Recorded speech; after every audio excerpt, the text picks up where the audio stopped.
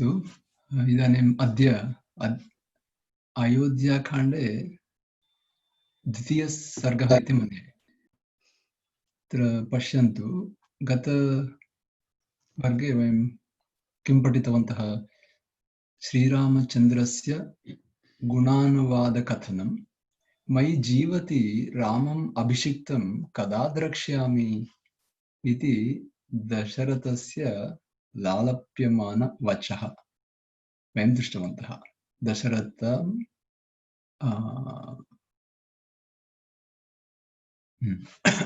दशरथ मनोव्यापार प्रवृत्तिः।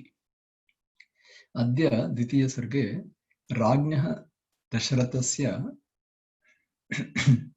रामं यौवराज्यदान इच्छा विषयकः मन्त्रिभिः सह संवादः।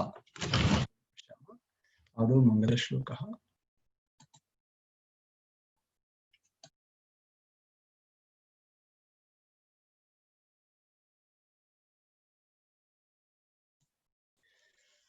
ॐ श्री गणेशाय नमः। ॐ श्री सरस्वत्यै नमः। ॐ श्री गुरुभ्यो नमः। रामं रामानुजं सीतां भरतं भरतानुजं सुग्रीवं वायुसूनं च प्रणमामि पुनः पुनः। श्रीराम राम रामेति रमे रामे मनोरमे सहस्रनाम तत्तुल्यं रामनाम वरानने। सुप्रभाता निशा राम पूर्वा संध्या प्रवर्तते। उत्तिष्ठोत्तिष्ठ भद्रं ते गमनाय अभिरोचय। कौसल्या सुप्रजा राम पूर्वा संध्या प्रवर्तते।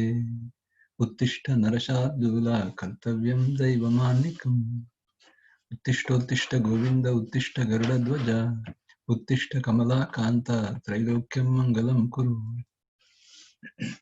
अकर्दममिदं तीर्थं भरद्वाज निशामय रमणीयं प्रसन्नाम्बु सन्मनुष्यमनो यथा मा निषाद प्रतिष्ठां त्वमगम शाश्वती समाः यत्क्रौञ्चमिथुनादेकम् अवधीः काममोहितम् न ते वागनृता काव्ये काचिदत्र भविष्यति कुरु रामकथां पुण्यां श्लोकबद्धां मनोरमाम् स्थास्यन्ति गिरयः यावत् सरितश्च महीतले रामेण कथा तावत् लोकेषु प्रचरिष्यति रामस्य च कथा यावत् त्वत्कृता प्रचरिष्यति तावत् ऊर्ध्वमधश्च त्वं मल्लोकेषु निवत्स्यसि सूर्यस्यापि भवेत् सूर्यो ह्यग्निरग्निः प्रभोः प्रभुः श्रिया श्रीश्च भवेदग्र्या कीर्त्याः कीर्तिः क्षमा क्षमा दैवतं दैवतानां च भूतानां भूतसत्तमः तस्य के हि अगुणा देवि वने वाप्यथवा पुरे। अस्तु, द्वितीयसर्गः अयोध्याकाण्डः। पश्यामः पुटसङ्ख्या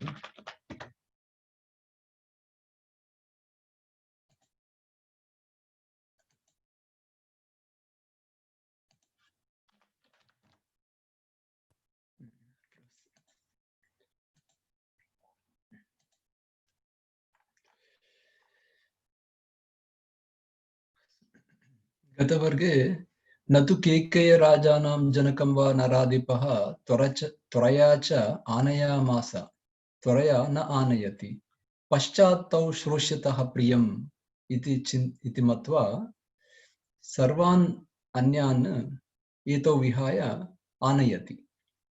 अथोपविष्टे नृपतौ तस्मिन् परपुरार्दने ततः प्रविशुः शेषाः राजानः लोकसम्मताः। शेषाः राजानः इत्युक्ते जनक महाराजं विहाय केकय राजानं विहाय इति शेषाः राजानः इति अस्ति। अथ राजवितीर्णेषु विविधेषु आसनेषु राजानम् एव अभिमुखाः निषेधुः उपविशन्ति इति अस्ति। निषीदनम् इत्युक्ते उपविशन्ति। निषेधुः नियताः नृपाः बद्धाञ्जलिः गौरवभावेन जितेन्द्रियाः इति भक्ति श्रद्धाभावेन इति नियता नृपाः। स लब्धमानैः विनयान्वितैः नृपैः तैः पुरालयैः जानपदैश्च मानवैः उपोपविष्टैः नृपतिः वृतः सर्वे अत्र आगतवन्तः किल। के अन्ये अन्ये नृपाः, जानपदाः, मानवाः, अन्ये सर्वे अपि तत्र आगतवन्तः इति। तदानीं सः कथं भासते इत्युक्ते विरोचते, प्रकाशते इत्युक्ते यथा सहस्रचक्षुः भगवान् इव अमरैः, यथा इन्द्रः सर्वैः देवतैः पुरतः परितः यथा शोभते तथा शोभते दशरथः इति तावत् पर्यन्तं वयं पठितवन्तः। अद्य द्वितीयसर्गः। ततः परिषदं सर्वाम् आमन्त्र्य वसुधाधिपः हितम् उद्धर्षणं चैवम् उवाच प्रतितं वचः दुन्दुभिस्वरकल्पेन गम्भीरेण अनुनादिना स्वरेण महता राजा जीमूत इव नादयन्। भवन्तः वदन्ति वा एकवारम्, अथवा वदन्तु यदि शक्यते वदन्तु। ततः परिषदं सर्वाम् आमन्त्र्य वसुधाधिपः हितमुद्धर्षणं चैवमुवाच प्रतितं वचः दुन्दुभिः स्वरकल्पेन गम्भीरेणानुनादिना स्वरेण महता राजा जीमूत इव नादयन्। अति उत्तमं, धन्यवादः। अग्रिमश्लोकमपि कृपया वदन्तु। राजलक्षणयुक्तेन कान्तेन अनुपमेन च उवाच रसयुक्तेन स्वरेण नृपतिर्नृपान्। राजलक्षणयुक्तेन कान्तेनानुपमेन च उवाच रसयुक्तेन स्वरेण नृपतिर्नृपान्। धन्यवादः। इदानीं किञ्चित् परिशीलयामः। ततः इत्युक्ते ततः तदनन्तरं यदा सर्वे अत्र आगतवन्तः पूर्वं सर्वं यत् उक्तं ततः तदनन्तरं परिषत्, सा परिषत् इत्युक्ते सा सभा किल, सा सभा, सा परिषत्, तां परिषदम् इति भवति। सर्वां तां परिषदम् आमन्त्र्य, आमन्त्र्य इत्युक्ते आनयति किल, आनयनमेव आमन्त्रणं, तत्र सर्वान् आनयति तदेव आमन्त्र्य। कः आनयति सर्वान् तान्? भूमिपः, भूमिपः इत्युक्ते राजा दशरथः, वसुधाधिपः।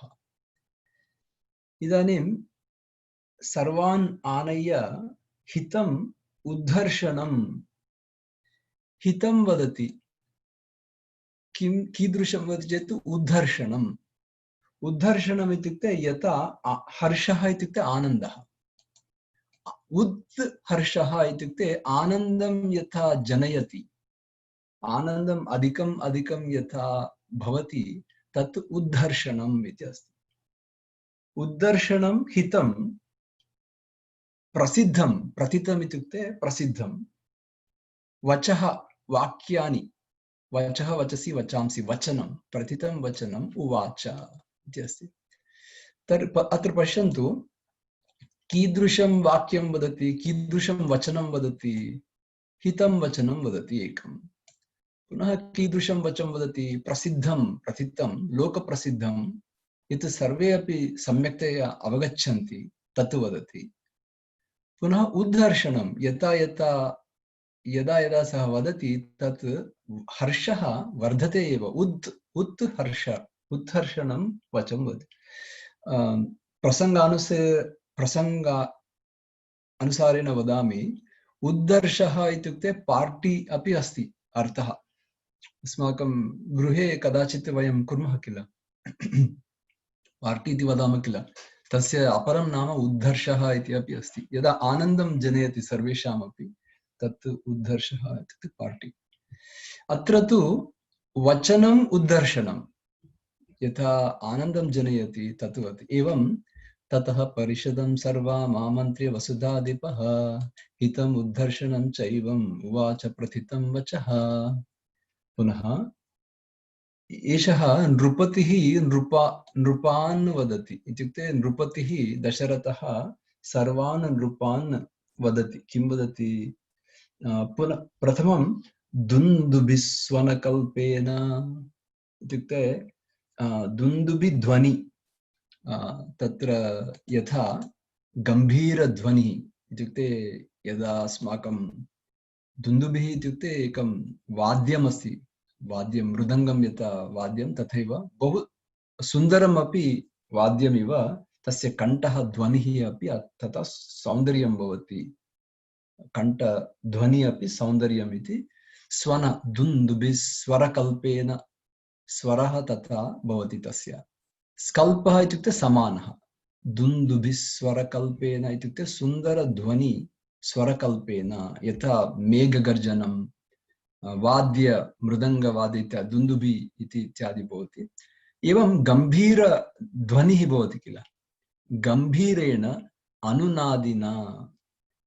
अनुनादिना स्वरेण अनुनादयति इत्युक्ते रिवर्बरेट्स् रिजोनान्स् रिवर्बरेशन् उत्तमध्वनिः किं भवति तत् पुनः पुनः श्रोतुम् इच्छन्ति किल एवं तादृशस्वरः भवति दशरथस्य इति अस्ति तत् कथम् इति चेत् जीमूतः इव नादयन् जीमूतः इव इत्युक्ते मेघः जीमूतः इत्युक्ते मेघः अमरकोशे अपि भवन्तः पश्यन्ति मेघः यदा गर्जनं करोति तदा रिवर्बरेट्स् नादयति किल तत् एव अत्र जीमूत इव नादयन् महता स्वरेण इत्युक्ते सामान्यस्वरः न महता महान्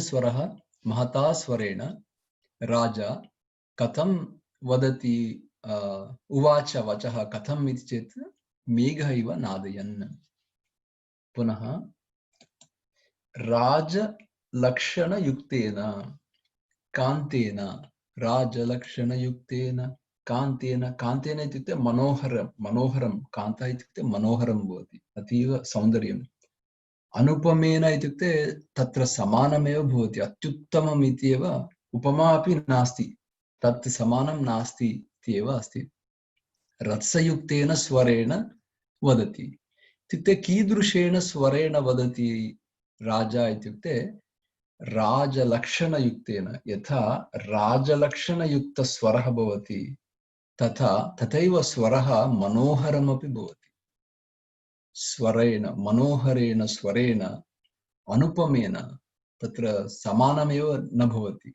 तत् समानं न भवति इति तथा उवाच रसयुक्तेन स्वरेण तत्र भावमपि भवति स्वरे केवलं ध्वनियुक्तस्वरः एव न केवलम् अनुनादयन् स्वरः इति अपि न रसयुक्तेन भावः अपि भवति तत्र इति अस्ति कीदृशभावः भवति अग्रे वयं पश्यामः अस्मिन् सर्गे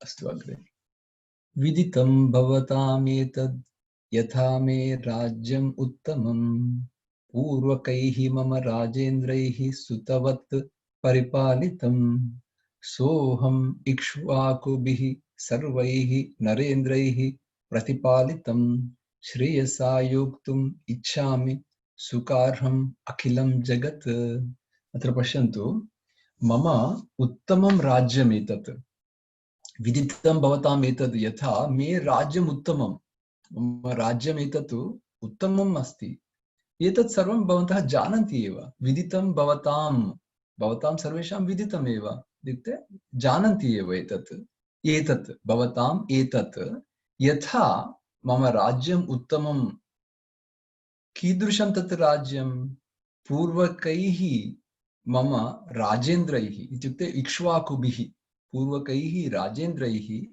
कथम् एतत् राज्यं बहुवर्षेभ्यः पूर्वमपि कथं पालितम् अस्ति एतत् राज्यं कथं परिपालितम् अस्ति यथा संरक्षणं कृत्वा सुतवत् इत्युक्ते अपत्यं पुत्रं वा पुत्रीं वा यथा वयं सम्यक् पालयामः रक्षयामः रक्षणं कुर्मः पुत्राणां, तथैव राज्यस्य परिपालनम् आसीत्। एवं विदितं भवताम् एतत्, यथा मे राज्यमुत्तमं पूर्वकैः मम राजेन्द्रैः सुतवत् पुत्रवत्, इत्युक्ते अतीव प्रेम्णा रक्षितम् अस्ति राज्यं।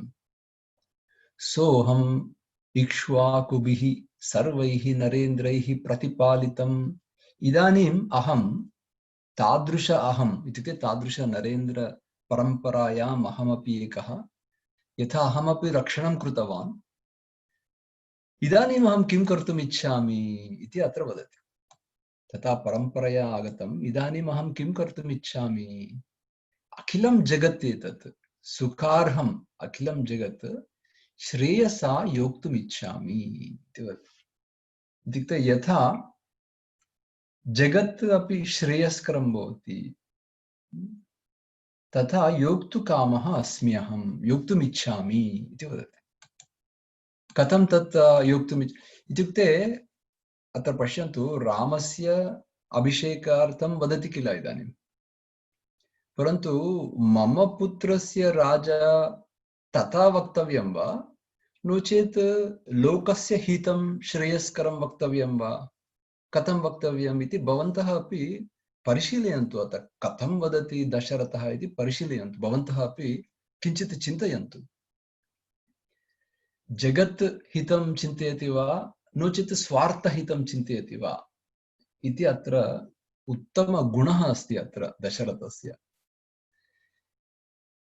मया अपि आचरितं पूर्वैः पन्थानम् अनुगच्छता प्रजा नित्यम् अनिद्रेण यथाशक्ति अभिरक्षिताः इति अस्ति। अत्र मुख्यं पदमस्ति अनिद्रः। अनिद्रः कः अनिद्रः? अनिद्रेण इति अस्ति अत्र। अनिद्रेण इत्युक्ते इदानीं दशरथः अनिद्रः इत्युक्ते यस्य निद्रः अपि कान्स्टेंट विजिलेन्स, यदा राज्यस्य परिपालनं, राज्ये सर्वं सम्यक् भवतु, यत्र कुत्रापि क्लेशं वा दुःखं वा प्रजानां न भवतु इत्युक्ते तत्र किं भवति, सर्वदा अप्रमत्तः भवति किल। एवं अनिद्रेण मया अपि आचरितं पूर्वैः यथा मार्गं ते अनुगच्छता, पूर्वैः पन्थानं इत्युक्ते मार्गं, किं धर्ममार्गं, रक्षणमार्गं, पालनमार्गं मया अपि अनुगच्छता अनिद्रेण नित्यं यथाशक्ति प्रजाः अभिरक्षिताः। प्रजाः अभिरक्षिताः, यथाशक्ति अभिरक्षिताः इत्युक्ते सम्यक् रक्षिताः प्रजाः सर्वाः इति अस्ति।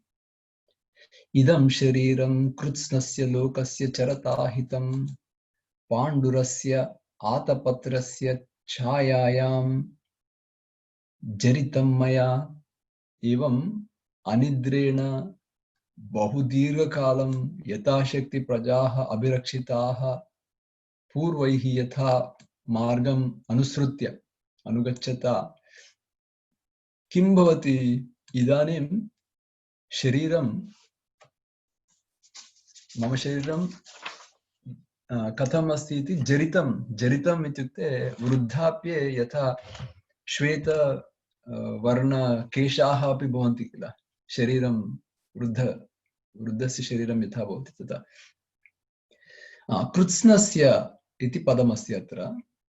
कृत्स्नस्य इत्युक्ते जानन्ति भवन्तः,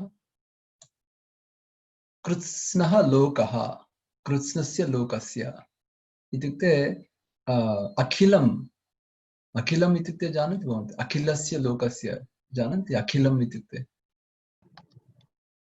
निखिलं, समस्तं, धन्यवादः। समस्तस्य लोकस्य इति हितं, समस्तस्य लोकस्य हितम् एव चिन्तयति किल सर्वदा दशरथ। कृत्स्नम् इत्युक्ते समस्तं, कृत्स्नस्य लोकस्य हितम् आचरति, चरति इत्युक्ते आचरति। अत्र चरन् दशरथः, चरन् शत्रन्तपदस्य तृतीयविभक्ति चरता, दशरथेन कृष्णस्य लोकस्य हितं चरता किम् अभवत् इदं शरीरं पाण्डुरस्य आतपत्रस्य छायायां जरितं मया। पूर्वकाले राजा महाराजाः कथं गच्छन्ति? छत्रं भवति किल, पाण्डु इत्युक्ते श्वेतछत्रं भवति तेषां। राजा कथं गच्छति सर्वदा इत्युक्ते रथं गच्छति, रथस्य उपरि श्वेतछत्रं भवति। तथा आसीत् भारतदेशे। एवं पाण्डुरस्य इत्युक्ते श्वेतस्य, आतपत्रस्य इत्युक्ते छत्रम्, आतपत्र इत्युक्ते छत्रम्, श्वेतछत्रम् इति अर्थः अस्ति। पाण्डुरस्य आतपत्रस्य इत्युक्ते श्वेतस्य छत्रस्य। पाण्डुरस्य आतपत्रस्य किं भवति? छायायां तस्य श्वेतछत्रस्य अधः राजा भवति किल। छायायाम् इत्युक्ते तस्मिन् छत्रे कथम् अभवत् शरीरं तस्य दशरथस्य इत्युक्ते राज्ञः दशरथस्य इत्युक्ते जरितम् इति पदमस्ति अत्र। जरितम् इत्युक्ते जीर्णम् इत्युक्ते वृद्धकाले यथा शरीरं क्रमशः वृद्धाप्यं प्राप्नोति, जीर्णं प्राप्नोति, जरितं भवति, तथापि कृष्णस्य लोकस्य हितं चरितं मया अपि तथा इति वदति। एकक्षणम्।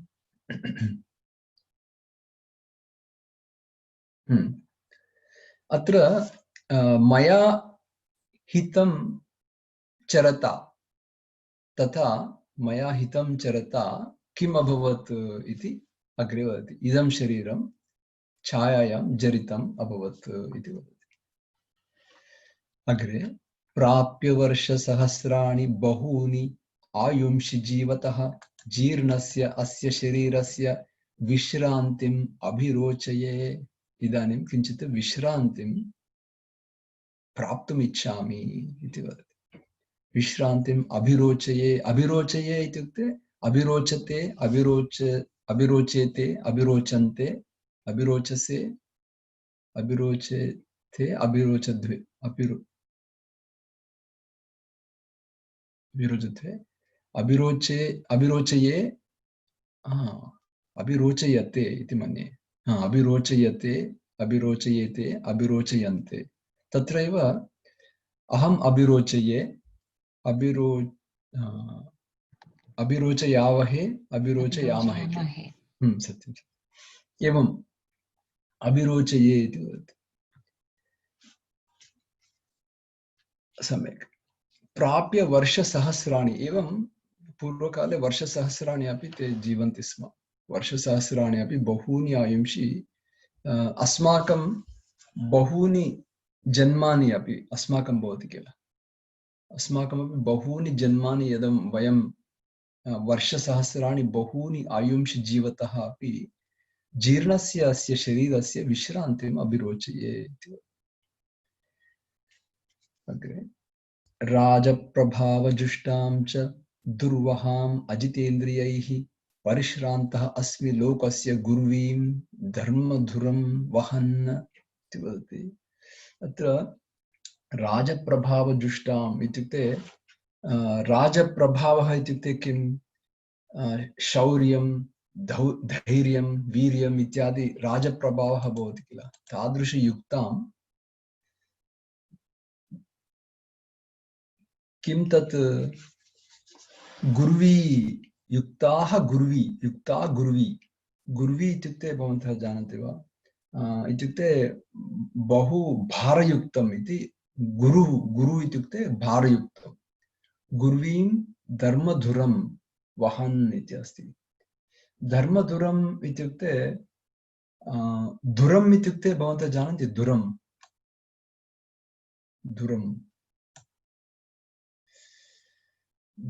इत्युक्ते चक्रं भवति किल। चक्रस्य मध्ये किं भवति? एकं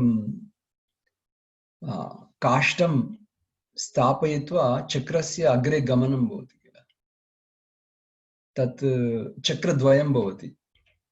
चक्रद्वये एकस्य चक्रस्य मध्ये अपरस्य चक्रस्य मध्ये एकं काष्ठं भवति किल, तेन काष्ठेन चक्रम् अग्रे गच्छति किल, धुरं तत् भवति। इत्युक्ते तत् धुरं वहन् इदानीं अस्माकं शकटं भवति, शकटे रथमपि अश्वाः अथवा किं भवति, on their neck they put that and then they carry the weight, no, they put it on the neck and the top of on the shoulders and they pull the weight, so that is called dhuram. That that is put between the two wheels that carries the weight of the entire load and also carries forward. So the weight he carries is very, very heavy, that weight. So Raja Prabhava Jushtam Gurvim Dharmadhuram Durvaham Ajitendriyaihi. एतत् दुर्वहाम् इत्युक्ते वोढुं न शक्यते, ते वहति, वहाम् इत्युक्ते वहति। यदा एतत् धर्मधुरं वहन् अग्रे गन्तुं न शक्यते, केन न शक्यते इत्युक्ते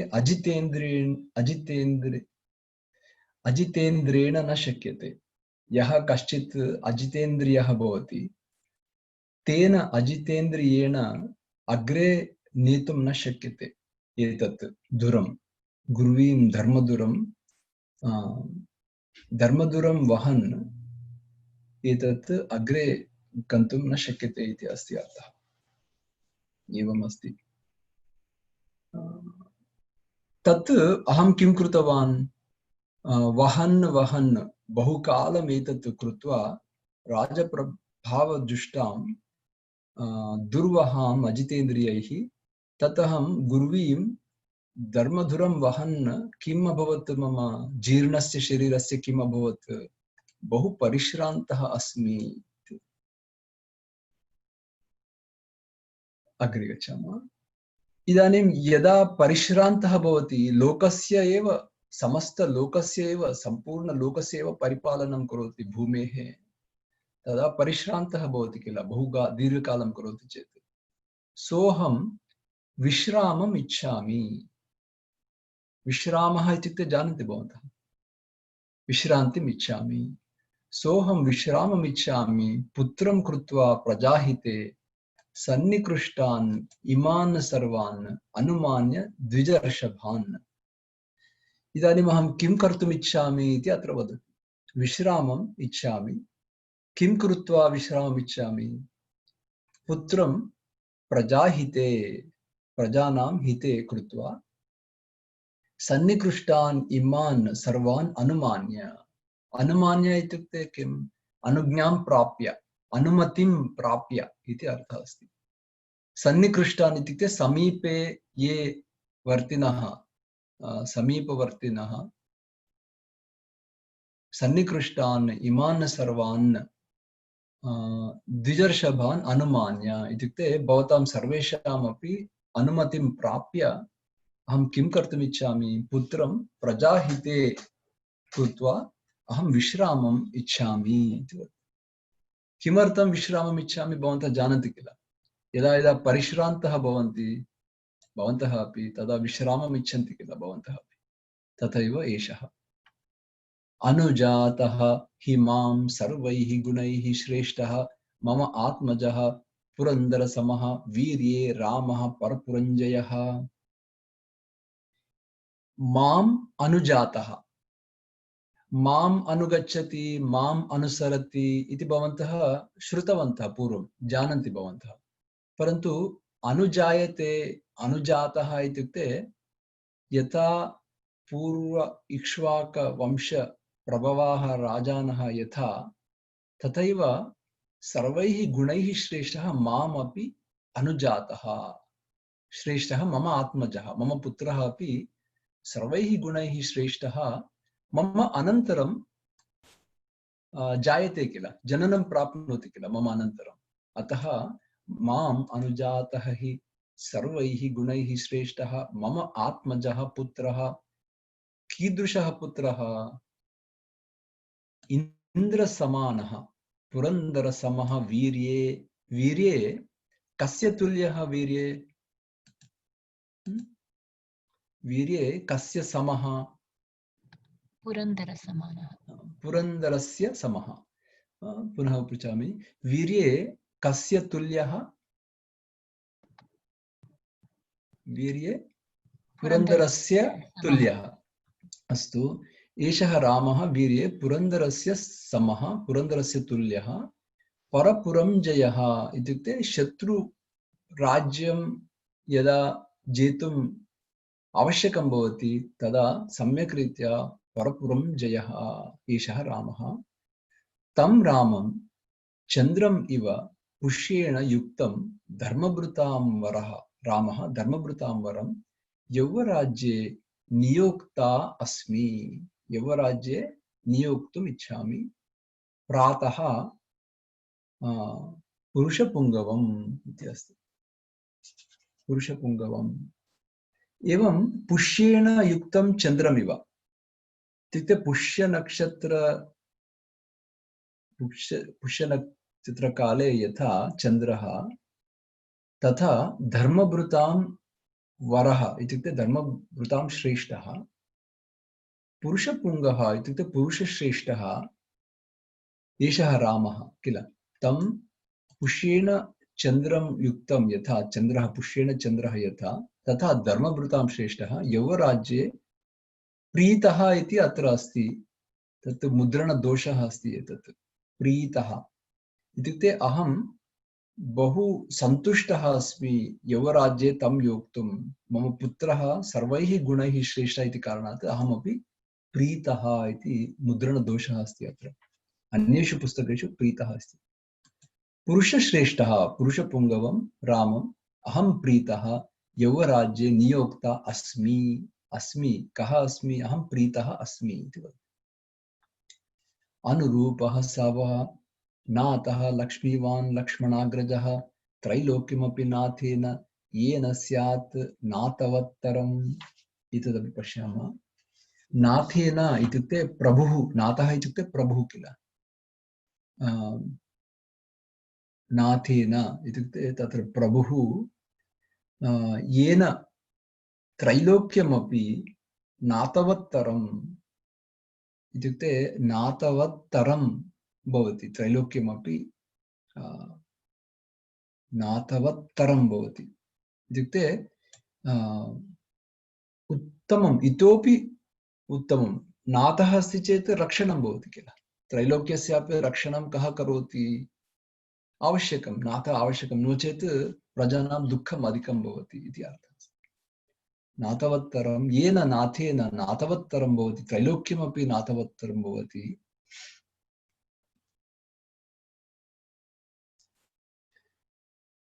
अनुरूपः सवो नाथः लक्ष्मीवान् लक्ष्मणाग्रजः त्रैलोक्यमपि नाथेन येन स्यात्। त्रैलोक्यमपि नाथवत्तरं स्यात् येन। येन इत्युक्ते रामेण। सः येन रामेण तथा भवति। सः इत्युक्ते येन सः। येन नाथेन त्रैलोक्यमपि स्यात् नाथवत्तरं सः रामः नाथः लक्ष्मणाग्रजः। सः एव लक्ष्मणाग्रजः। अनुरूपः नाथः। क्षम्यताम्। अनुरूपः इत्युक्ते युक्तः। सः एव उचितः अनुरूपः इति अस्ति। समर्थः इति अस्ति। अनुरूपः समर्थः। अनेन श्रेयसा सद्यः संयोक्ष्ये अहम् इमां महीं गतक्लेशः भविष्यामि सुते तस्मिन् निवेश्य वै। अनेन इत्युक्ते तस्मिन् सुते इमां महीं अनेन श्रेयसा एवं सद्यः संयोज्य गतक्लेशः भविष्यामि। इदानीम् अहं गतक्लेशः भविष्यामि। यदा एतत् कार्यं करोमि सुते, तस्मिन् सुते निवेश्य इत्युक्ते एतत् राज्यभारं निवेश्य अनेन श्रेयसा एतेन श्रेयस्करेण कार्येण सद्यः संयोक्ष्ये इत्युक्ते इमां महिं नातेन संयोजयामि इति वदति। अस्तु, इत्युक्ते तत्र धर्मदुरस्य वहति यथा धर्मदुरस्य इदानीं मम विश्रान्तः अस्ति, मम परिश्रान्तः अस्मि अहम्, इदानीं रामः अग्रे नयतु राज्यस्य भारम् इति अर्थः अस्ति अत्र।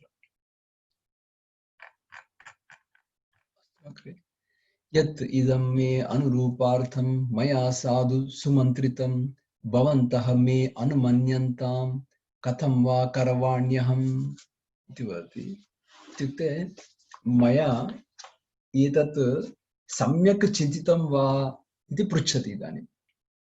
सुमन्त्रितम् इत्युक्ते सम्यक् चिन्तितं वा, साधु सम्यक् सुमन्त्रितं सम्यक् चिन्तितं वा मया इति।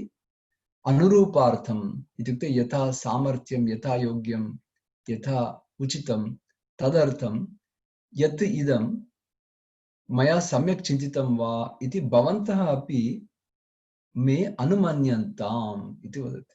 इत्युक्ते अनुमतिं ददतु भवन्तः अपि इति वदति। कथं वा करवाण्यहं, किं वा करवाणि अहं, कथं वा करवाणि इति। अत्र एकं मुख्यमस्ति, यद्यपि राजा अस्ति, मम इच्छा अस्ति यथेष्टम् अहं करोमि इति तस्य दम्भ अहङ्कारम् अत्र न दृश्यते, अत्र विनयं दृश्यते अत्र। इत्युक्ते सर्वान् आनय्य तान् सर्वान् अपि पृच्छति किल, सर्वे अवगच्छन्ति किल।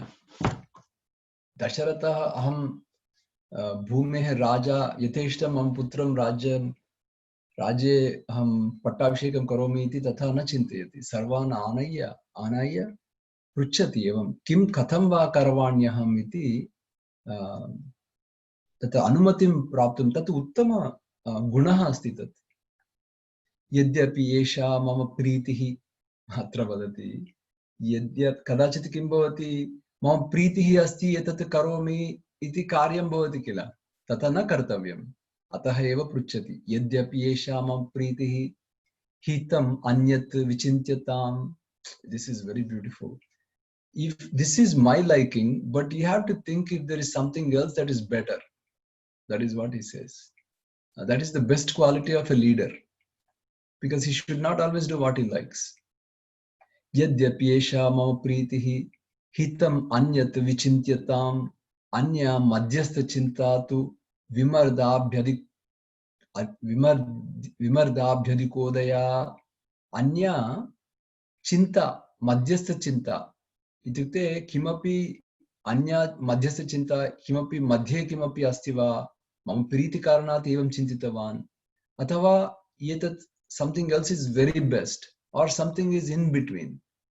विमर्दाभ्यधिकोदया एवं विमर्दनेन, विमर्शेण इत्युक्ते बहुवारं चिन्तनेन अभ्यधिकोदया, इतोपि अभ्यधिकः इत्युक्ते इतोपि मम चिन्तनात् किमपि अधिकम् अस्ति वा इति वदति। स्पष्टं किल? So this is a great quality of a leader. Is there something better than what because when I get carried away by my liking, pritihi, what happens is I may not be able to see what is better than this. So that is very, very powerful about this chapter. This is a fulcrum of this chapter. Why Dasharatha consults all. So a leader should always, this is a leadership quality, and leadership, that's what we learn from Ramayana and Mahabharata. How even the greatest of the greatest take opinion of others, not just walk with what they like. So that's very important. Anya madhyastha chintatu vimardabhyadikodaya. Udaya itukte shreshthakaram yatu vardhate tat abhyadikaha itukte itopi better than this. Abhyadikaha itukte atirichyate, itopi atirichyate va, itopi vishishyate va kimapi iti pruchyate. Iti bruvantam दशरथं नृपं मुदिताः प्रत्यनन्दन् प्रत्यनन्दन् नृपाः प्रत्यनन्दति प्रत्यनन्दन्ति नृपाः नृपं सर्वे नृपाः दशरथं मुदिताः इत्युक्ते सर्वे अपि सन्तुष्टाः एतत् श्रुत्वा सन्तुष्टाः वृष्टिमन्तं महामेघं नर्दन्त इव बर्हिणः ते इदानीं वदन्ति कथं वदन्ति इति अत्र उपमानमस्ति इति ब्रुवन्तं मुदिताः प्रत्यनन्दन् नृपा नृपं वृष्टिमन्तं महामेघं नर्दन्त इव बर्हिणः एवं वदति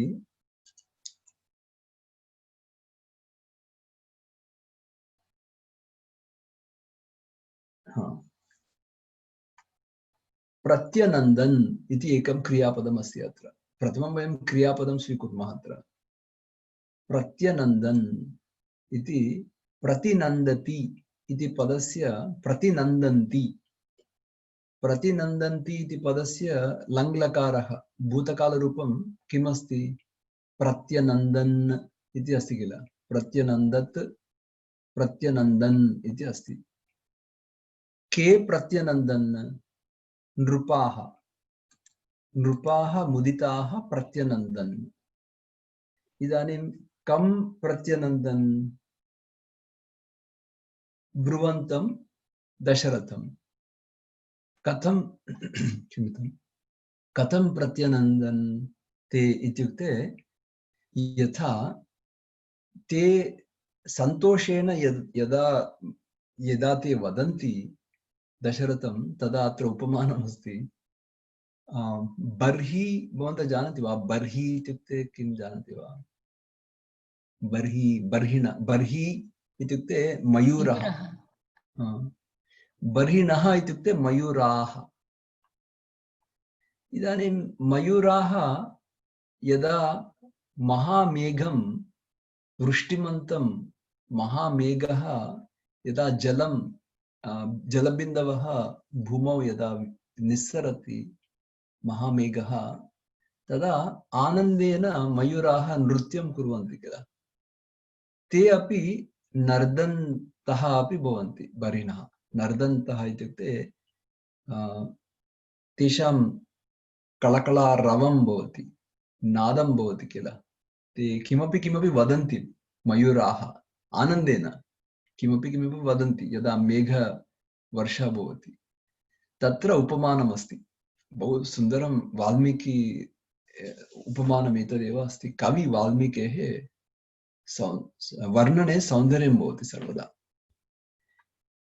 इदानीं नृपाः सर्वे यदा सन्तुष्टाः भवन्ति ते यदा दशरथं वदन्ति ब्रुवन्तं दशरथं नृपाः सर्वे नृपं प्रत्यनन्दन् कथं प्रत्यनन्दन् इत्युक्ते एवं यथा बर्हिणः ध्वनिं कुर्वन्ति नर्दन्तः इत्युक्ते ध्वनिं कुर्वन्तः बर्हिणः कदा ध्वनिं कुर्वन्ति बर्हिणः मयूराः यदा महामेघः वर्षं निस्सरति विसृजति तदा बर्हिणः अपि तथा ते अपि मुदिताः सर्वे इत्युक्ते अत्र मुख्यं पदम् अस्ति मुदिताः सर्वे अपि सन्तुष्टाः इति अस्ति अग्रे स्निग्धोऽनुनादः संजग्ने ततो हर्षसमीरितः जनौघोद्घुष्टसन्नादः मेदिनीं कम्पयन्निव अत्र पश्यन्तु स्निग्धः इत्युक्ते मधुरम् अतीव मधुरमेव स्निग्धः अनुनादः अनुनादः इत्युक्ते तत्र प्रतिध्वनिः रिवर्बरेशन् संजग्ने संजायते इत्युक्ते सम्भवति उद्भवति संजायते उद्भवति इत्येव अर्थः अस्ति संजग्ने ततः हर्षसमीरितः हर्षसमीरितः इत्युक्ते सन्तोषेण युक्तः ध्वनिः यथा भवति तत् आगच्छति जनौघोद्घुष्टसन्नादः यत्र जन ओघः भवति if it is flooded with people a party is also when it is flooded with people How does it sound? Janaugha udghushta sannadah. Udghosha bhavati kila. Udghoshanam announcements yata bhavati uchchaihi tatha sannadaha. Tatra dhvanihi katam bhavati. Janaugha udghushta sannadaha katam bhavati ityukte the entire building is shaken up. Iva bhavati kila. Janaugha udghushta sannadaha medinim kampayanniva. Wherever they are, even the earth also, the place where they're standing, that whole place is reverberating with their happiness. So the entire building, the place where they're saying, all that is like shaken up by their happiness. Janaugha, ogha is flooded. Samudayaha, ityukte janasya samuhaha, ogha. Udgushta sannadaha, udgushta is udghoshana rupam, sannadaha ityukte dhvanihi. Medinim tatra sthalam bhavanam va medinim va kampayanniva kampayati yatha tatha dhvanihi kampayati. Tasya dharmartha vidusho bhavamagnyaya sarvashaha brahmanaha balamukyascha paurajanpadaihi saha sametyate mantrayitum samatagata buddhayaha uchushcha manasa jnatva vruddham dasharatam nrupam. Paurajanpadaihi saha.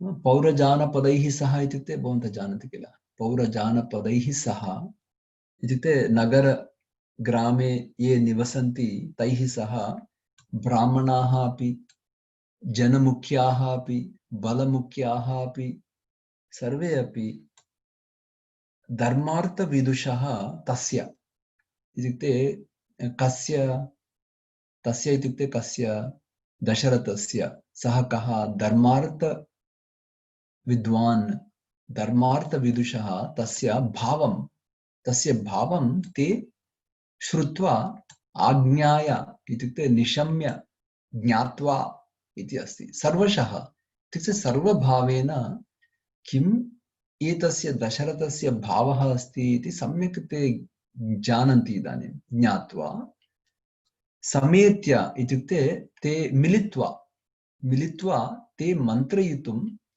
समतागत बुद्धयः इत्युक्ते सर्वे अपि ऐकमत्य बुद्धिः भवति. समतागत बुद्धयः इत्युक्ते ऐकमत्य बुद्धिः भवति सर्वेषामपि. तथा वदन्ति ते ऊचुश्च मनसा ज्ञात्वा वृद्धं दशरथं नृपम्. इदानीं सर्वे अपि मनसा अपि वृद्धं दशरथं नृपं सम्यक् ज्ञात्वा किं ते वदन्ति अग्रे अस्ति तत्. अनेकवर्षसहस्रः वृद्धः त्वमसि पार्थिवा स रामं युवराजानम् अभिषिञ्चस्व पार्थिवम् इच्छामो हि महाबाहुं रघुवीरं महाबलं गजेन महता यान्तं रामं छत्रावृताननम्. अनेक वर्षसहस्रः वृद्धः त्वमपि हे पार्थिवा, अतः सः भवान् किं करोतु, युवराजानम् अभिषिञ्चस्व, अभिषिञ्चतु इति वदति. पार्थिवम् इच्छामः हि महाबाहुं रघुवीरं महाबलं. महाबाहुं तथैव वयम् इच्छामः. यदा अभिषेकं भवति तदा किं भवति, महान् गजः भवति किल. महता गजेन याति रामः, तथा गच्छति रामः महता गजेन गच्छति. कथं, छत्रेण आवृतं भवति. भवन्तः जानन्ति किल, पाण्डुछत्रः इत्युक्ते श्वेतछत्रं आवृतं भवति. तस्य मुखं, रामस्य मुखं, तत् अभिषेकसमये तथैव भवति. गजेन महता गच्छन्तं रामं छत्रावृताननं वयं द्रष्टुमिच्छामः इति ते वदन्ति. इति तत् वचनं श्रुत्वा राजा तेषां मनः प्रियम् अजानन्नेव जिज्ञासुरिदं वचनम् अब्रवीत्. एतत् श्रुत्वा अपि यथा अजानन् इव, यथा न जानाति इव जिज्ञासुः किं वदति पुनः. तेषां मनः प्रियम् अपि जानाति एव, परन्तु किं वदति अत्र पश्यन्तु श्रुत्वा एतत् वचनं यत् मे राघवं प्रीतिमिच्छता मम वचनं श्रुत्वा झटिति राजानः भवन्तः सर्वे किं वदन्ति झटिति राघवं पतिम् इच्छत भवन्तः अपि इच्छत इत्युक्ते इच्छसि इच्छतः इच्छत किल यूयम् इच्छत भवन्तः इत्युक्ते यूयं झटिति इच्छत इदानीं यदा अहं मम वचनं वदामि झटिति भवन्तः राघवं पतिम् इत्युक्ते नाथम् इच्छतः इदानीं मम संशयः अस्ति इति वदति इत्युक्ते just because I said it you accept or you really think about it that is the question he asks here श्रुत्वैतत् वचनं यत् मे राघवं पतिमिच्छत राजानः अयं संशयः मम अस्ति इदानीं तस्मात् इदं तत्त्वतः ब्रूता इत्युक्ते सत्यं वदन्तु भवन्तः सर्वे इति वदति तत्त्वतः इत्युक्ते सत्यं ब्रूता इत्युक्ते वदन्तु एवं झटिति भवन्तः अङ्गीकारं कुर्वन्ति अतः मम संशयः अस्ति इदानीम् इति वदति एतदेव अजानन् इव जिज्ञासुः यद्यपि ज्ञातुमिच्छति कथं नु मयि धर्मेण पृथिवीम् अनुशासति भवन्तः द्रष्टुमिच्छन्ति युवराजं महाबलम् I am ruling the kingdom with all good qualities and dharma, right? When I am ruling it, why are you wanting to have Rama as the king? He challenges them again.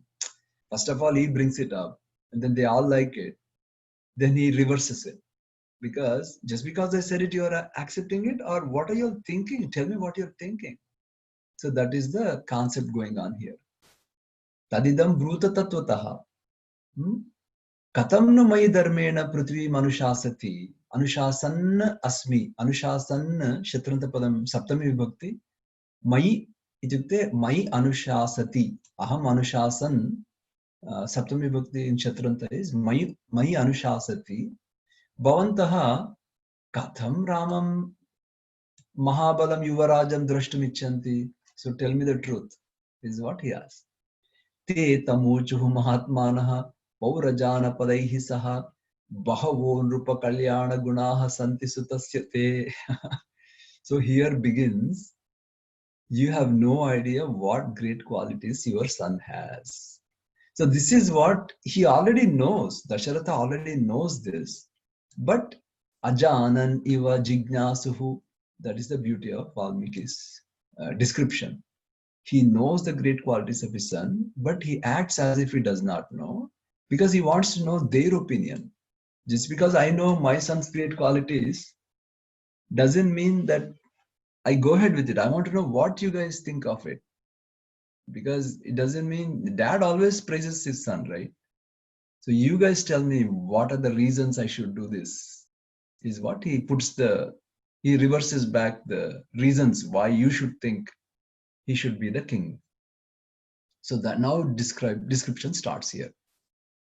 And again, whenever the description of Rama takes place, we have to think about one thing. It is our own Atma that they describe. It is our own self that they describe.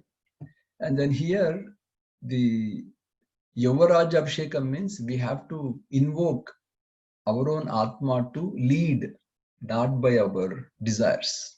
Is a secret of the story.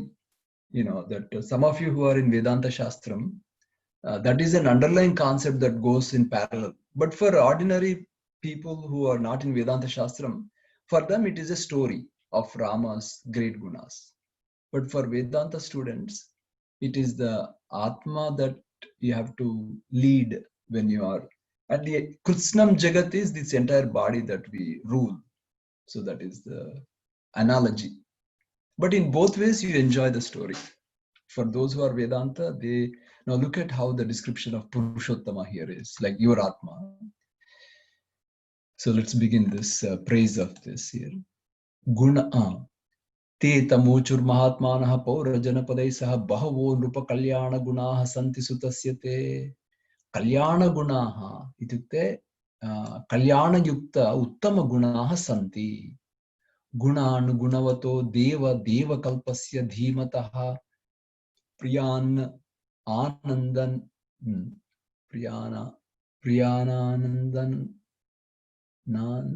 आनन्दनान् कृत्स्नान् प्रवक्ष्यामो अद्य तच्छृणु इति ते वदन्ति।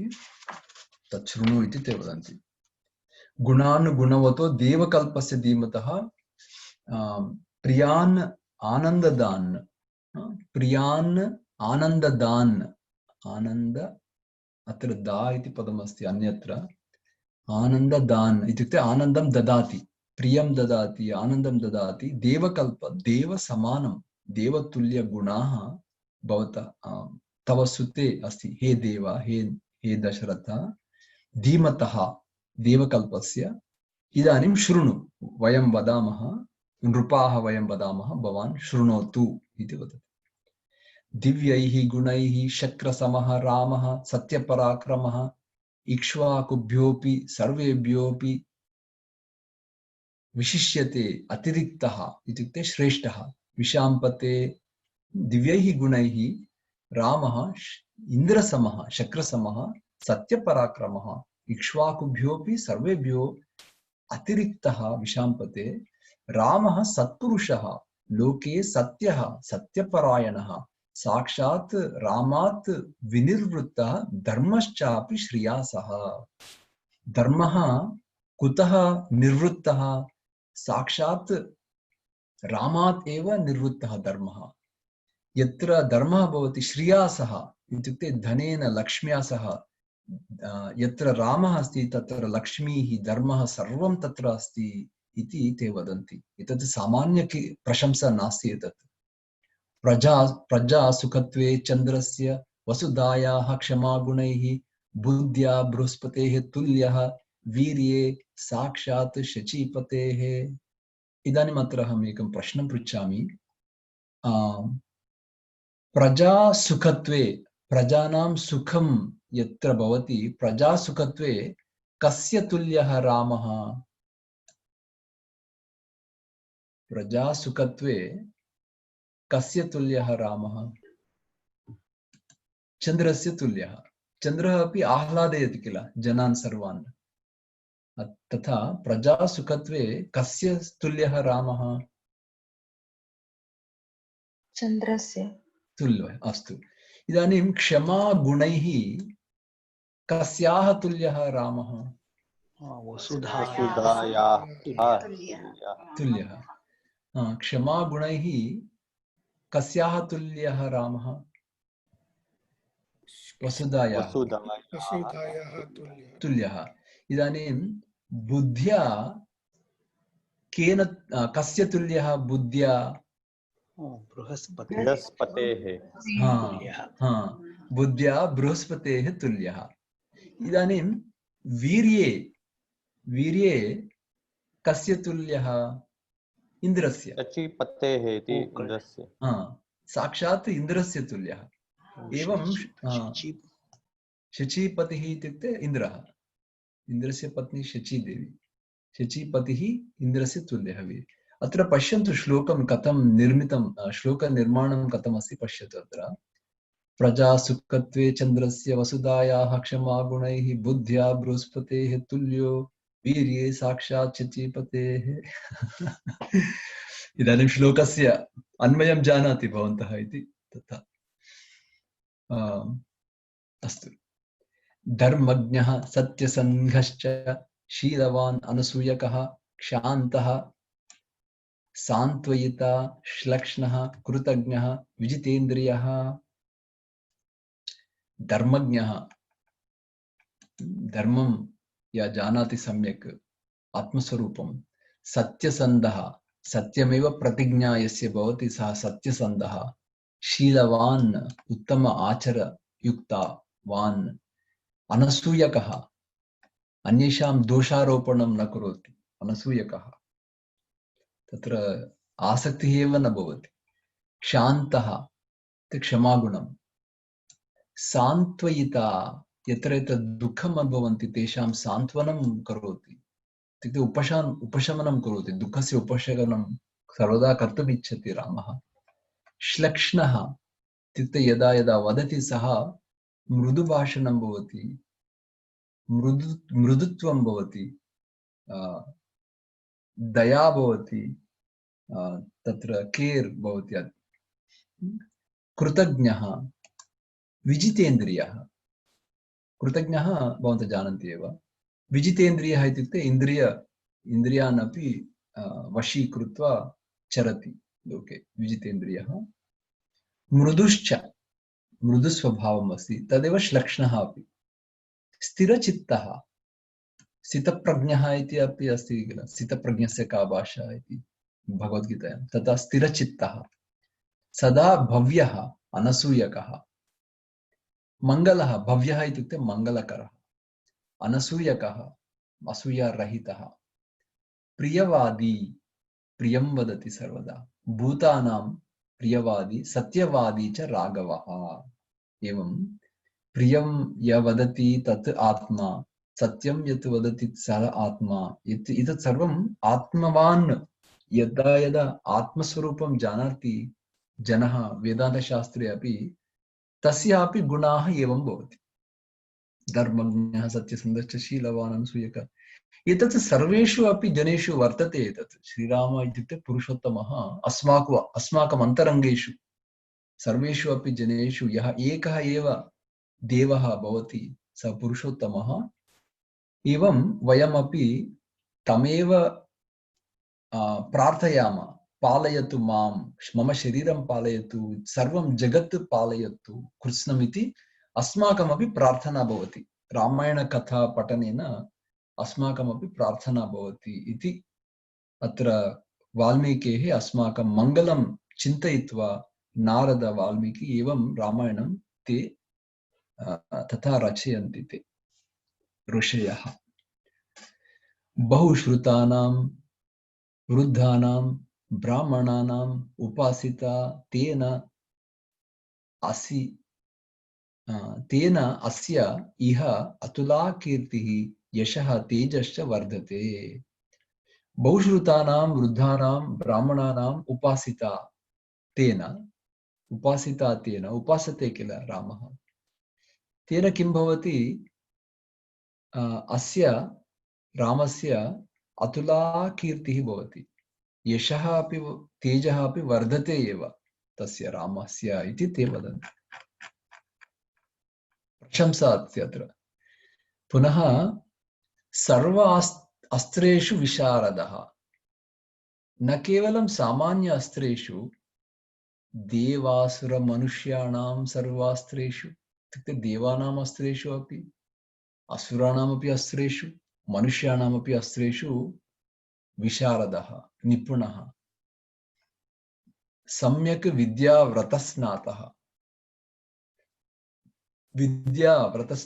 he graduated all kinds of educational accomplishments. एवं सम्यक् विद्याव्रतस्नातः। यतावत् साङ्गवेदवित्, वेदज्ञानं साङ्ग, along all its classifications and parts and divisions. So Sangha Vedavit, Sangopa Veda Jnanam asti, with all its branches. Veda with all its branches. Anga is branches. Sangha Vedavit Gandharvecha Bhuvi Sreshtaha Babuva Bharatagrajaha. Gandharve ityukte Ganam, Sangeetam. Sangeete Gana Kaushalye api Bhuvi Shreshtaha Babuva Bharatagrajaha. Kalyanabhijanaha Sadhur Adinatma Mahamatihi. So Mangalam Karayati Suhrudjananam te Bandhujananam Jananam Sarvesham api Kalyanam Karayati. Sarve api Tameva Ichanti api. Sadhuhu Uttama Purushaha Adinatma ityukte Uttam Purushaha Parantu Veeraha api. Kadapi self-motivated, adinatma. Mahamatihi Dvijaihi Abhivinītascha. Abhivinītaha ityukte samyak shikshitaha. Kaihi shrestaihi dvijaihi api.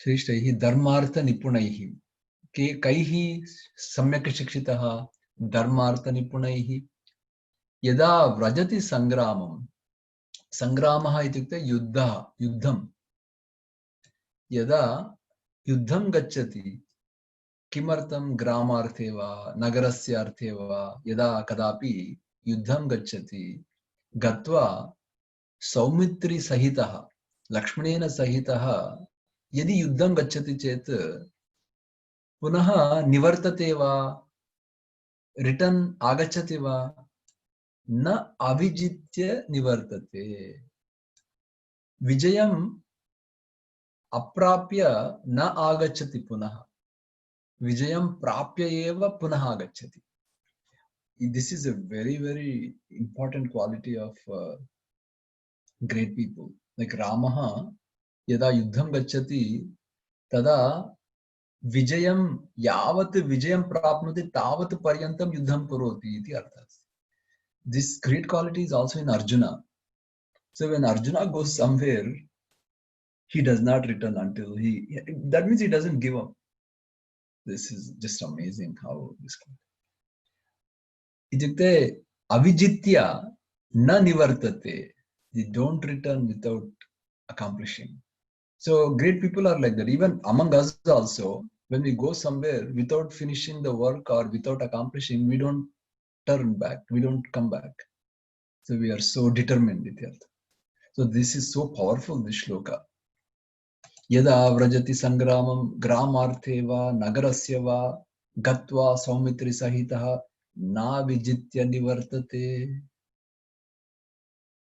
संग्रामात् पुनरागम्य कुञ्जरेण रथेन च संग्रामात् इत्युक्ते युद्धस्थलात् पुनः आगत्य कुञ्जरेण वा रथेन वा इत्युक्ते गजेन वा रथेन वा आगत्य पौरान् स्वजनवत् नित्यं कुशलं परिपृच्छति means when he returns from yuddham he cares about his people ityartha not just anger in the yuddham and done with it when he comes back means it's a purpose why yuddham is done because it is for their welfare constantly so therefore pauran swajana vat nityam kushalam paripruchchati putreshu agnishu dareshu preshya shishya ganeshu preshya ityukte सेवकाः भृत्याः शिष्याः इत्युक्ते सर्वे अपि ये शिक्षणं प्राप्नुवन्ति ते पुत्रदारेषु कुटुम्बजनानां सर्वेषामपि मार्गे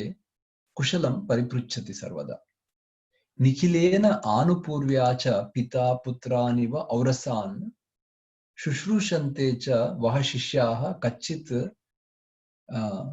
धर्मसु दंशिताः so अत्र सर्वत्र अपि पृच्छति शुश्रूषन्ते च वः शिष्याः कच्चित् कर्मसु दंशिताः इति शिष्याः कर्मसु दंशिताः इत्युक्ते कर्मसु नियुक्ताः दंशिताः इत्युक्ते नियुक्ताः because the karma will bind them no so that is why damshitaah is bind so they all should be bind in the tasks always and then serve each other. So that is what his job is. Make sure everybody is serving each other. Shushrusante is serving each other. Bound in that type of work. So kachit karmasu damshitaha. In other books it is karmasu is there here. Kachit karmasu damshitaha. Iti vaha purusha vyagraha sada ramaha abhibhashate. Ramaha sada abhibhashate. व्यसनेषु मनुष्याणां वृषं भवति दुःखितः मनुष्याणां वृषं भवति दुःखितः उत्सवेषु च सर्वेषु पितेव परितुष्यति मनुष्याणां व्यसनेषु इत्युक्ते आपत्कालेषु मनुष्याणाम् आपत्कालेषु इति अस्ति व्यसनेषु इत्युक्ते आपत्कालेषु मनुष्याणां दुःखकालेषु दुःखितः भवति रामः वृषम् उत्सवेषु च सर्वेषु पिता इव परितुष्यति यदा उत्सवः भवति उद्धर्षः भवति पार्टी भवति सर्वेषु पिता इव परितुष्यति like a dad looking at all the children enjoying he also enjoys. But if the people are having difficulties, he also becomes sad. So that is how he is.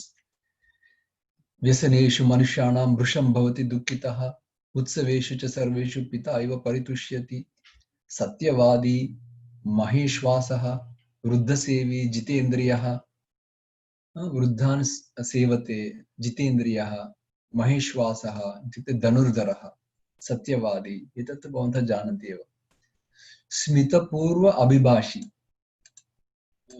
यदा यदा भाषणं करोति तदा पूर्वं स्मयते इत्युक्ते हास्यं कृत्वा एव भाषणं करोति मधुरभाषणम् इति अस्ति स्मितपूर्वाभिभाषी च धर्मं सर्वात्मनाश्रितः सम्यक् योक्ता श्रेयसां च न विगृह्य कथारुचिः विगृह्य इत्युक्ते विग्रहः इत्युक्ते कलहः यत्र यत्र कलहः इत्यादिकं भवति युद्धसमये इत्यादि तथा तस्य कलहस्य कथां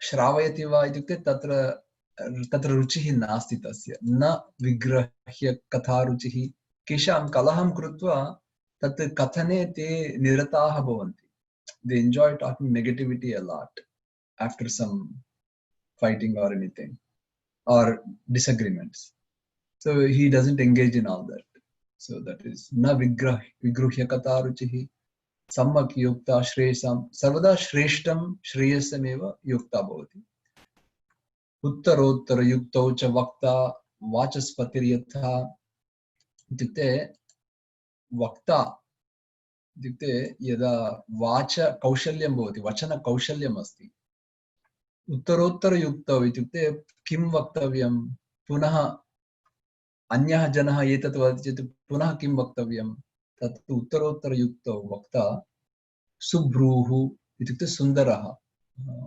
सुन्दरनयन आकारम् आयतताम्राक्षः नयनमपि अक्षः इत्युक्ते नयनं सुभ्रू इत्युक्ते ऐब्रोस् तत् सत्वं बहु सौन्दर्यमस्ति तस्य मुखे साक्षात् विष्णुरिव स्वयं साक्षात् विष्णुः इव सर्वव्यापी सः रामः लोकाभिरामः अयं लोकं सर्वमपि तस्य प्रियं लोकः अपि तं प्रियं मन्यते शौर्यवीर्यपराक्रमैः प्रजापालनसंयुक्तः न रागोपहितेन्द्रियः राग उपहित उपहत some books have upahata ragopahatendriyah is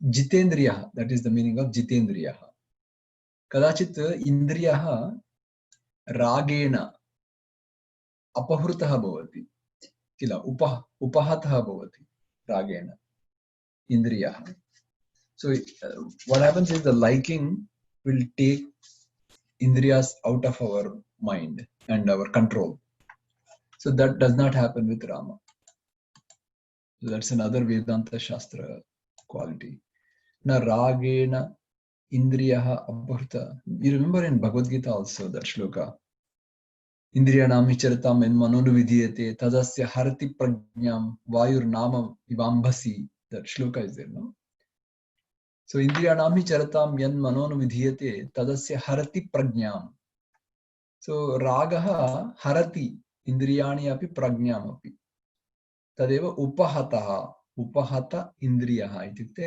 harati iti artha तथा न भवति रामः न रागोपहतेन्द्रियः प्रजापालनसंयुक्तः शक्तः त्रैलोक्यमपि एष भोक्तुं किं नु महीमिमाम् त्रैलोक्यमपि भोक्तुं शक्तः अस्ति किं नु भूमिम् इति न अस्य क्रोधः प्रसादश्च निरर्थकः भवति कदाचन यदि क्रोधः भवति चेत् पर्पस् भवति यदि ग्रेस् भवति प्रसादः अस्ति चेत् पर्पस् भवति तत्र प्रयोजनं भवति निरर्थः कदापि न भवति हन्ति एष नियमात् वध्यान्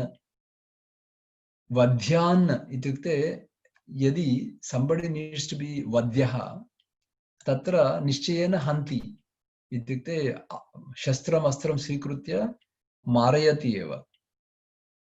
हननं यत्र दण्डनम् आवश्यकं तत्र दण्डयति मारयति एव। परन्तु अवध्येषु यत्र दण्डनं नावश्यकं तत्र न कुप्यति, तत्र अनावश्यकं क्रोधं न करोति इति अर्थः अस्ति। इत्युक्ते क्रोधः, दण्डने क्रोधः अस्ति चेत् तत्र निरर्थकः न भवति, हन्ति एव, मारयति एव। यत्र प्रसादः करणीयः अनवध्येषु तत्र न कुप्यति। युनक्त्यर्थैः प्रहृष्टश्च तमसौ यत्र तुष्यति तमसौ तुष्यति युनक्त्यर्थैः प्रहृष्टश्च तमसौ यत्र तुष्यति शनैः सर्वप्रजाकान्तैः प्रीतिसञ्जनैः नृणां गुणैर्विरुचे राम दीप्तसूर्यवंशभिः।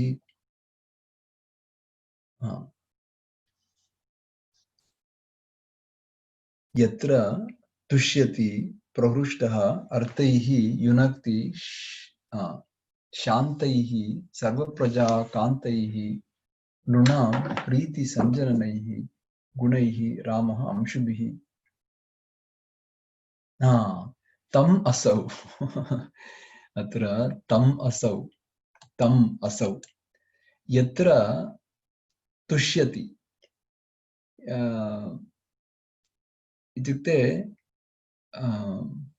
यः जनः रामं प्रसादयति, इत्युक्ते वयमपि यदि रामस्य भक्तिं कृत्वा एव एतत् सर्वं वयं ज्ञात्वा वयमपि सम्यक् पुरुषोत्तमम् अन्तरङ्गे वयमपि प्रार्थयामश्चेत् तत्र रामः तुष्यति किल। यत्र रामः तुष्यति तत्र किं करोति, तं जनम् असौ रामः इत्युक्ते एषः रामः प्रहृष्टः कथं युनक्ति, अर्थैः युनक्ति इत्युक्ते by all kinds of wealth he makes sure, Rama makes sure that individual is equipped with all kinds of wealth. Yunakti arthaihi asau prahrushtaha yatra Ramah prahrushta bhavati ityukte if our antaratma is happy with our devotion to antaratma, then we are also endowed with all the wealth, is what it says. Yunakti arthaihi prahrushtascha tam asau yatra tushyati.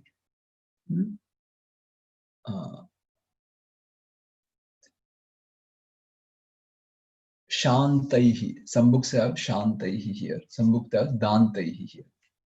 So Sarva Prajakantaihi, Priti Sanjananaihi Nrunam. So itukte Dantaihi, Shantaihi, Sarva Prajakantaihi, Priti Sanjananaihi Nrupa, Sanjananaihi, Gunaihi. Atra kimasti Kidrusha Gunaihi iti asti. कीदृश गुणैः रामः विरोचते इत्युक्ते कीदृश गुणैः रामः प्रकाशते, विरोचते इत्युक्ते प्रकाशते, यथा सूर्यः दीप्तः इव किरणैः, अंशुभिः इत्युक्ते किरणैः। कथं विरोचते इत्युक्ते कथं प्रकाशते इत्युक्ते कीदृश गुणैः अत्र अस्ति। शान्तैः सर्वप्रजाकान्तैः प्रीतिसञ्जननैः नृणां, सर्वेषां जनानां प्रीतिवर्धनैः गुणैः एषः रामः प्रकाशते इति अस्ति। एवम् अत्र एतावत् पर्यन्तं ते प्रशंसां कुर्वन्ति गुणानाम्। अनन्तरं तम् एवं गुणसम्पन्नं रामं सत्यपराक्रमं लोकपालोपमं नाथम् अकामयत मेदिनी भूमिः अपि कामयते मम नाथः भवतु एतादृशजनः इत्युक्ते अस्माकम् अन्तरङ्गे पुरुषोत्तमः अपि। वत्सः श्रेयसि जातः ते दिष्ट्या असौ तव राघवः। दिष्ट्या इत्युक्ते भाग्यवशात्, असौ इत्युक्ते एषः तव राघवः, वत्सः इत्युक्ते पुत्रः, श्रेयसि जातः सर्वथा श्रेयस्करयुक्तः, दिष्ट्या पुत्रगुणैः युक्तः मारीचः इव कश्यपः मरीचपुत्रः कश्यपः यथा उत्तमगुणैः युक्तः अस्ति तथैव भवान् अपि तथैव बलमारोग्यमायुश्च रामस्य विदितात्मनः देवासुरमनुष्येषु स गन्धर्व उरगेषु च. So balam arogyam ayushcha ramasya is well known to all. Devasura manusheshu sagandharva urugeshu cha आशंसते जनाः सर्वः राष्ट्रे पुरवरे तथा. So सर्वः जनः, the entire community, the entire सर्वः जनः अपि आशंसते, they hope to be him to be the ruler, not the ahankara. So because he's always engaged in the doing the right thing for all, the welfare of all. So that is why sarvah janah, they hope. Ashamsate is a beautiful word. That this is the powerful word in this last closing. This verb is the important word. Ashamse is I hope to. Ashamsate itukte janah, that that community, that country. Jana is like the entire country hopes for that. That's the meaning of that. Sarvah janah rashtre puravare tatha abhyantarascha bahyascha. So near, far, everywhere. So just like Atma. Abhyantarascha bahyascha paurajana pado janaha. Striyaha vruddhaha tarunascha sayam prataha samahitaha te prarthayanti. Sayankale prarthayanti, prataha prarthayanti, striyaha vruddhaha itukte same thing. Striyaha api atmanameva prarthayanti, vruddhaha api, tarunaha api, young, old. Everybody has this antaratma, so that is the meaning of it in Vedanta perspective. But in real story perspective, all of these are praying for the welfare of Rama. Prataha sayam samahita sarva devan namasyanti. Ramasya arte manasvinaha. Devan namasyanti. Kimartam Ramasya mangalam bhavatu. Asmakam sarvesham api natha bhavatu. Ruler of all of us. So same thing. Our own Atma is the ruler of all of us. Purushottama. Tesham tad yachitam deva tvat prasadat samruddhyatam. Whatever they pray, tesham yat tat yachitam. Tat yachitam. Tesham is jananam. Prataha sayam devan namasyanti kila. Yat yat yachitam asti. Tat sarvam samruddhyatam. So let that be become fruitful, successful, samruddhyatam. Fruitful, successful, rewarding. So samruddhi is fruitful, successful, rewarding, all that's a very good word. Samruddhyatam. Ramam indivarshyamam sarvashatru nibarhanam pashyamo yavarajyastham tava rajottama atmajam. So Ramam indivarshyamam itukte yatha meghashyamah eva varnam sundara varnanam asti sarvashatru nibarhanam shatrunam api nibarhanam karoti. Tameva pashyamah vayam yavarajyastham itukte yavarajyasthane स्थापयतु. कथं करवाणि अहम् इति ते वदन्ति किल. अतः यौवराज्यस्थं पश्यामः तव राज उत्तमात्मजम्, उत्तमपुत्रं, राजोत्तमपुत्रम् इति वदति. तं देवदेवोपमम् इत्युक्ते देवदेवतुल्यः. आत्मजं पुत्रं ते सर्वस्य लोकस्य हिते निविष्टं. सर्वदा सर्वस्य लोकस्य इत्युक्ते कृत्स्नस्य लोकस्य हिते निविष्टं. हिते एव सर्वदा श्रद्धा अस्ति रामस्य. निविष्टं तत्रैव निवेशः अस्ति मनः रामस्य. हितायनः क्षिप्रम् उदारजुष्टं मुदा अभिषेक्तुं वरद त्वम् अर्हसि. त्वम् अभिषेक्तुम् अर्हसि मीन्स अभिषेकं करोतु भवान्. ते अपि अनुमतिं ददति. ते सर्वे क्षिप्रं शीघ्रमेव अभिषेकं कार्यं करोतु. मुदा करोतु इत्युक्ते आनन्देन करोतु.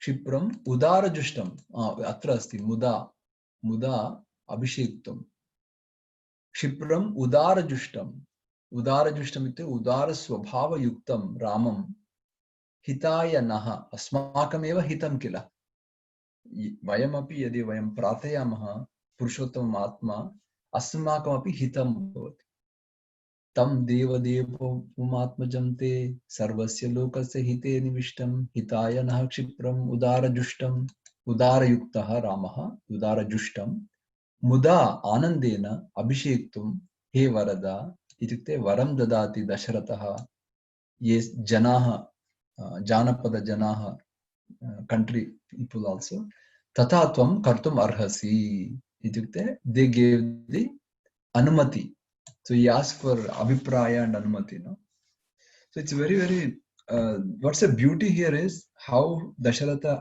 asks their anumati and what is your abhipraya because it's not like one way like dumb leaders stubborn leaders do it one way and the great leaders do it two ways like I want to know your opinion also so like that so that's why this sarga is very beautiful mangala shloka om sarve bhavantu sukhinah sarve santu niramayah sarve bhadrani pashyantu ma kaschid dukkha bhag bhavet om shanti shanti shanti hari om namo namah महोदय धन्यवादः धन्यवादः धन्यवादः महोदय